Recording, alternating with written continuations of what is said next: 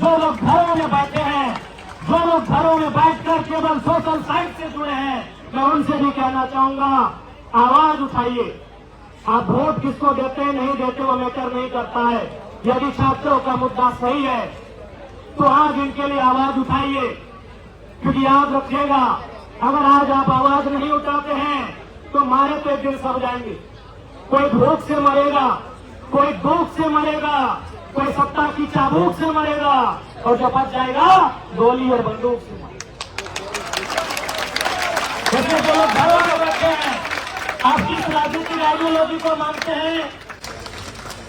आज बड़ा ही दुर्भाग्य की बात है, आज नौजवान सपने सजाता है, नौजवान गांव की गलियों को छोड़कर दिल्ली जैसे शहरों में आकर बसता है, अपने माता पिता के गहनों को गिरवी रखकर, अपने पिता के खेतों को गिरवी रखकर वो पढ़ने के लिए आता है।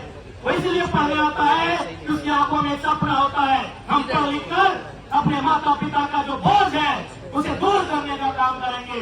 लेकिन उन छात्रों के सामने जब पेपर लीक का मामला आता है, चाहे वो देश स्तरीय नीट पेपर लीक का मामला हो या राज्य स्तरीय, जैसे हमारे राज्य में अभी जेपीएससी में पेपर लीक का मामला आया है, बिहार, उत्तर प्रदेश, बंगाल में जो राज्य की परीक्षाएं और पेपर लीक का मामला आया है, तो ऐसे में इस राज्य के, इस देश के करोड़ों छात्र कहीं न कहीं अपने भविष्य को अंधेरे में पाते हैं।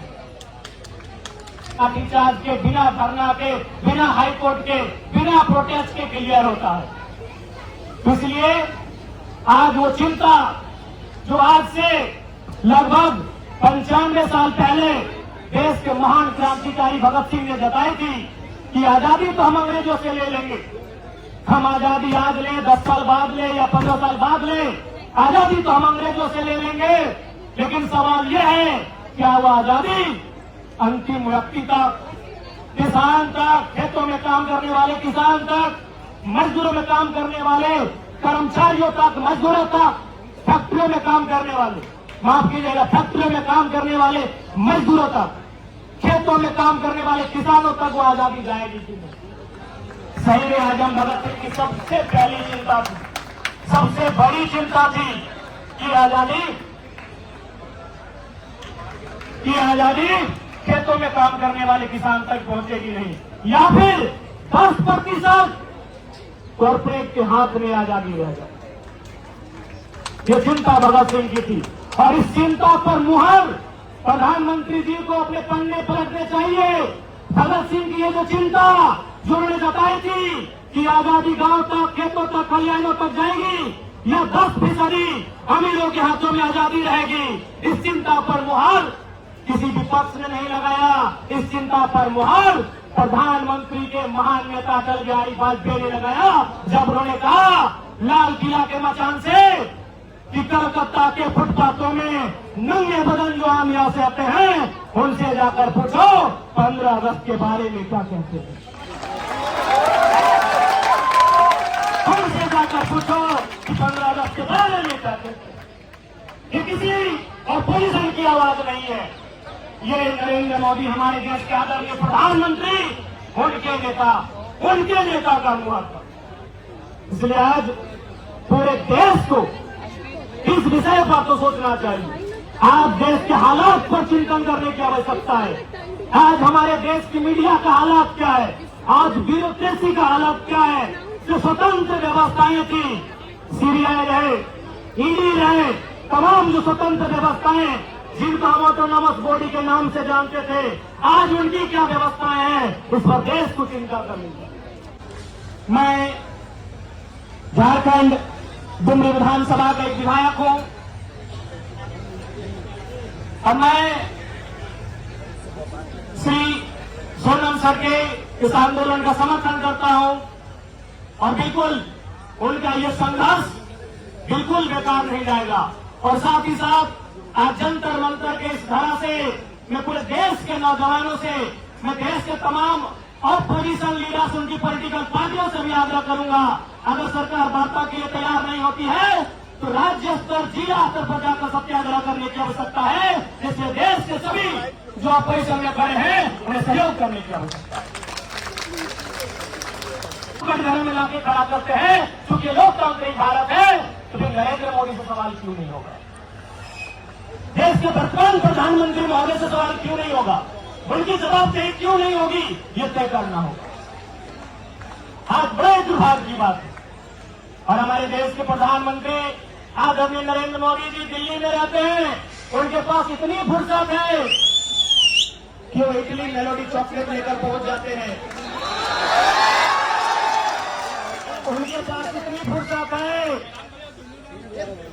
उनके पास इतनी फुर्सत है कि 30 साल पहले उनको न्यूजीलैंड में मफलर मिला था, उन्हें संभाल कर रखा है।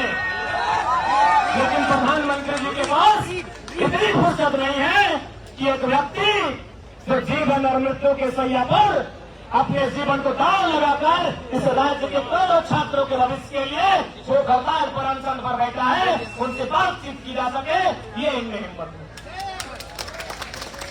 ये बड़े दुर्भाग्य की बात है। ये लोकतांत्रिक परिपाटी नहीं है, ये लोकतांत्रिक मर्यादा नहीं है। सामने आना चाहिए।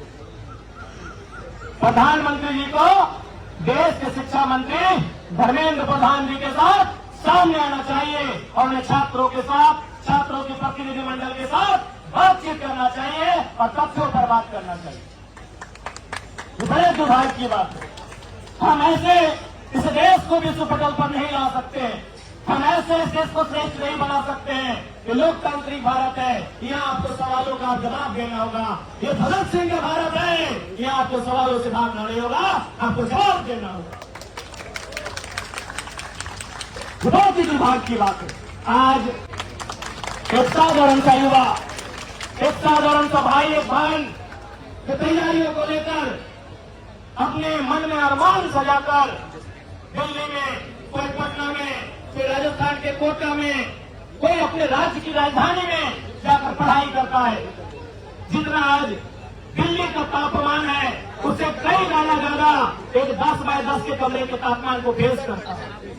10 सालों तक, 15 सालों तक उस तापमान में, कमरे में कोई सुविधा नहीं, न एसी की सुविधा, न बिजली की सुविधा, न पानी की सुविधा। वो 10 साल संघर्ष करता है कि एक परीक्षा हो जाए, एक परीक्षा हो जाए, उस परीक्षा में मैं कम्पीट करूंगा, उस परीक्षा में मैं बैठूंगा और शायद मेरी नौकरी लग जाए और अपने माता पिता के सपनों को साकार कर दूंगा।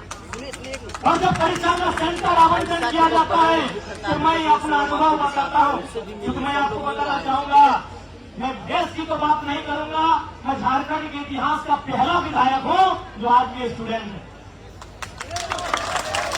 मैं किसी पॉलिटिकल पार्टी से विधायक नहीं बना हूं, मैं पहले आपको बता दूं। अभी झारखंड में 81 विधायक है, 56 विधायक इंडिया फोरम से हैं और 24 विधायक एनडीए फोरम से हैं। हम अकेला इंडिपेंडेंट अपनी नई पार्टी से।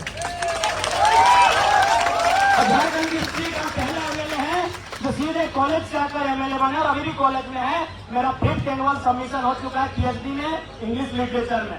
कुछ दिन बाद मेरा ओपन वाइवा होगा और डॉक्टरेट की उपाधि दी जाएगी। इसलिए मैं छात्रों की समस्याओं को जानता हूं, मैं छात्रों की समस्याओं को जानता हूं, मैं उनके बीच आज भी रहता हूं और मैंने खुदा है। लेकिन शायद ये देश भूल चुका है कि जब हम सन 47 में आजाद हुए थे तो हमारे साथ साथ और एक देश चाइना, जो हमारा दूर विरोधी कहिए, हमारा पड़ोसी कहिए, ठीक उसी कालखंड में आजाद हुआ था। लेकिन आज अगर दोनों देशों की तुलना की जाए, अगर दोनों देशों के आर्थिक या किसी भी विषय को लेकर तुलना की जाए तो आज वो चाइना हमसे काफी आगे निकल चुका है। इसका मूल कारण है उनके शैक्षणिक संस्थान, उनकी शिक्षा की पद्धति और उनके सरकारों का शिक्षा के प्रति नजरिया। लेकिन आज जिस भारत में हम जीवन यापन कर रहे हैं, जो युवाओं का भारत कहलाता है, जहां हम दम भरते हैं कि युवाओं का भारत है और युवाओं का संबंध परीक्षाओं से होता है, और आज इस देश की सारी परीक्षाएं कहीं न कहीं कटघरे में आकर खड़ी हो जाती है। और ऐसे में जब एक महान समाज सेवी भूख हड़ताल करते हैं और सरकार बात करने के लिए नहीं आ पाती है, तब हमें कहीं न कहीं हमारा लोकतंत्र से विश्वास कमजोर होता है। मैं ये नहीं कह रहा हूँ जो प्रोटेस्ट करने वाले छात्र हैं वो 100% सत्य है। मैं ये भी नहीं कह रहा हूँ कि सरकार के जो मंत्री हैं वो 100% सत्य हैं। लेकिन लोकतंत्र का मतलब होता है संवाद करना, उन्हें संवाद करनी चाहिए। तथ्यों के आधार पर बातचीत करनी चाहिए और उन तथ्यों के आधार पर तय करना चाहिए कि सही कौन है और गलत कौन है और ये फैसला करना चाहिए। लेकिन आज दुर्भाग्य की बात है, सरकार सवाल के लिए तैयार नहीं है, सरकार संवाद के लिए तैयार नहीं है। ये बड़े दुर्भाग्य की बात है।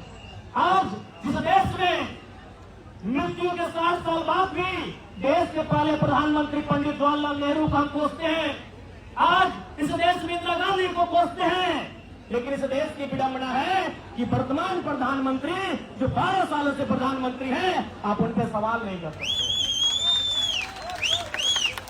आप उनसे सवाल नहीं कर सकते हैं। यह दुर्भाग्य की बात है।